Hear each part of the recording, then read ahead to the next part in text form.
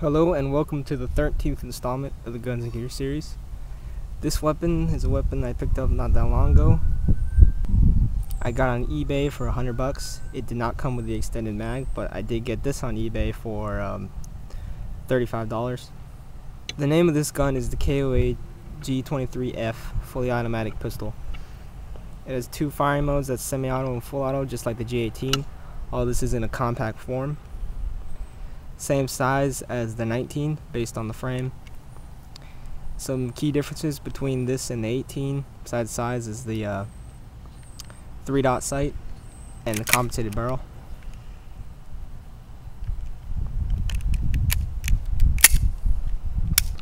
It's easy to find these on eBay from time to time like I did. The only other retailers that I can find that have it is Airsoft. They have it for $130. And also Asia, they have the KSC model, which is available for $160. I'm getting the current specs from both of these websites. On Airsoft, they say it has a velocity of 320 FPS with 12 grams, a range of 70 feet to 90 feet, a barrel length of 4 inches, magazine capacity of 21 rounds. The KSC model that is sold on Asia comes with a different mag, so I'm going to skip that. Asia says that the length is 186 millimeters. That's from the front to back, not the inner barrel. It weighs 860 grams. And it shoots 310 FPS, which is only a 10 FPS difference from the last website. So all of this is pretty much accurate for the specs. Now, I got this used, but it should come with a cleaning rod, one 21 round magazine, and the KOA Glock. And it's going to have this big ugly orange paint on the front.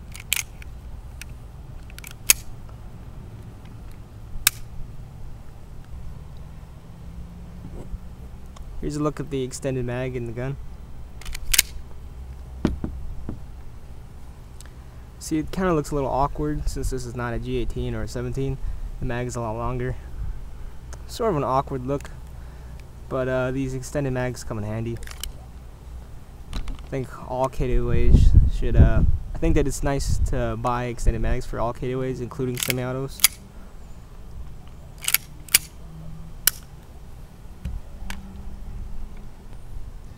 Okay, starting at the mags.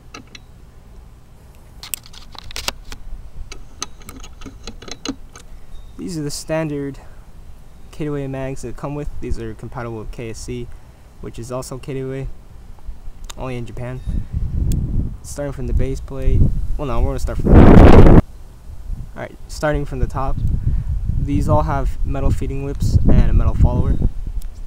The follower locks down at the bottom of the magazine. And then this button depresses it, slides it top.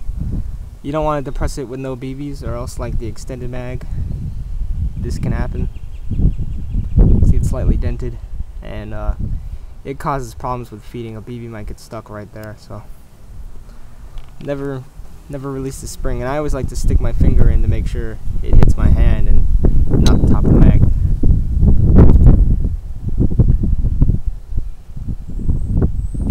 So you get a good detailed look at the top of the mag. There's your valve. There's your striker valve. And notice there's a difference on this one, but this is sort of a different mag. It says Glock on the back.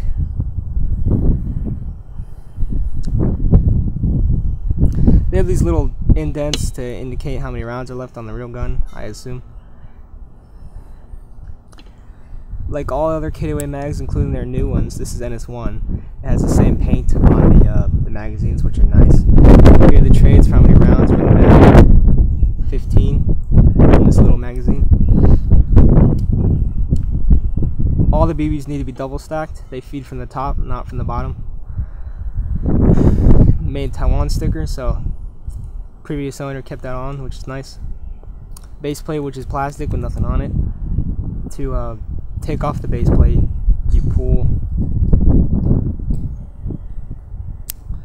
pull up or down on this and slide this off, and and from here you can take out the spring.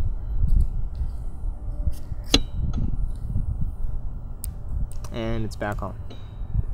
So this magazine, I'm pretty sure it came with it. I don't know if the previous owner got a extra mag or not, but when I put it in the gun,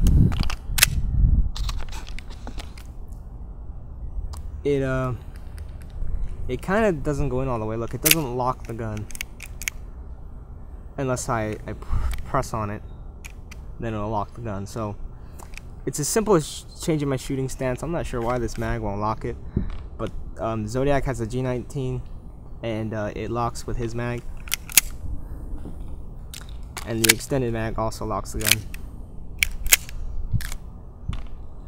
So I'm not sure why that happens.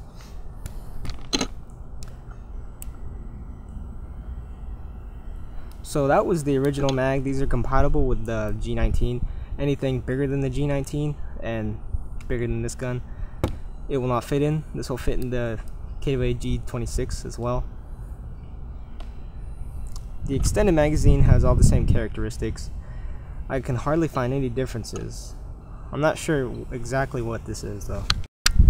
The person who sold this to me on eBay, obviously he dented this and it kind of screwed up a lot of stuff. Notice this pin keeps trying to come out on each side, so that's pretty lame. All the same characteristics, you know, extended. So this holds 49 rounds plus 1 in the chamber. It has the markings like the real Glock all the way up to 30 rounds, and then the real Glock insignia, which is cool. Same base plate. This is a tighter fit, and the sides are a different style than this. I'm not sure why.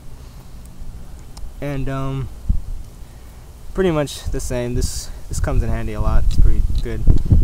Alright, so moving on to the gun, I'll show some of the characteristics of this thing. When it is not cocked, the hammer is up. The trigger will stay in the back like this. When it's cocked, hammer cocked, the trigger goes further forward, and then it can be fired. So unlike the new modern pistols where when they're cocked the trigger goes further back, this is the opposite design.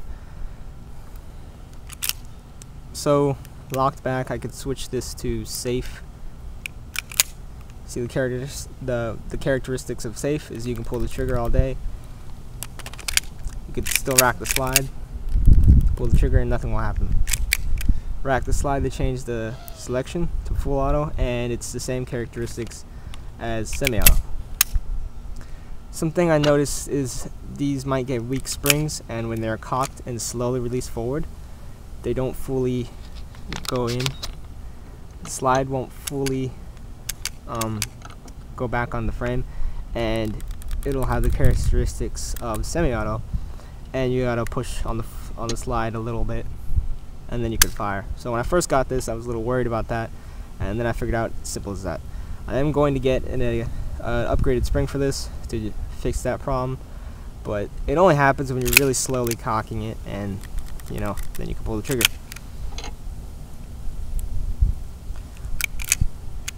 Some things to note, characteristics of the gun some more, is the selector switch. If you just like use it from here and start moving it around, it starts to sort of pop out of the slide. So I like to push down on it and then select it, and always check to make sure it's fully in and I hear the click, because these might break. Just look at the inside. Sometimes the screw comes loose with a lot of full auto. Tighten that up, and don't mess around with these internals. Always rack the slide before you change the selection. Okay, so that was some of the Glock style. That was some of the characteristics of this gun. Now we're just going to get into all the details. Now, starting from the front of the gun. The front of the gun is round and smooth with this ugly orange paint. There's actually a couple layers to this: orange, white, and then black, and then you get down to the bare metal. So the only really way to get this off is to either paint it or get sandpaper to it. Nail polish remover doesn't work, paint thinner doesn't work, so just try your luck with other stuff. There's a rail on this, just like any other Glock, and the serial number.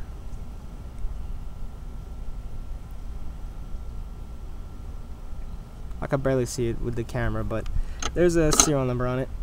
There are some strike kits or compensator kits that go on like a rail and then come to the front of the gun. I wanted one of those, but the rail is too short since this is 19 size.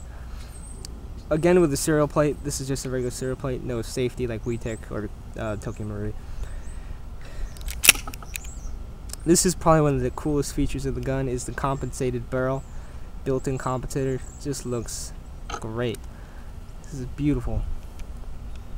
This gun is based off the Glock 23, which shoots a 40 cal bullet in real life. Not much bigger than the 9mm, or I could be wrong. I don't know about the 40 that much, but it is based off a real gun. Only difference is that it doesn't have a selector switch. It's semi-auto only. So again, with the front of the gun, you got a recoil rod assembly, the compensated barrel holes, very neat. See, the slide has to have a cut in it to go in there. The front sight stays on the barrel, which is also unique, and it is removable. It is slightly different than the other Glocks, the Glock front sights on other KWAs, so it's neat.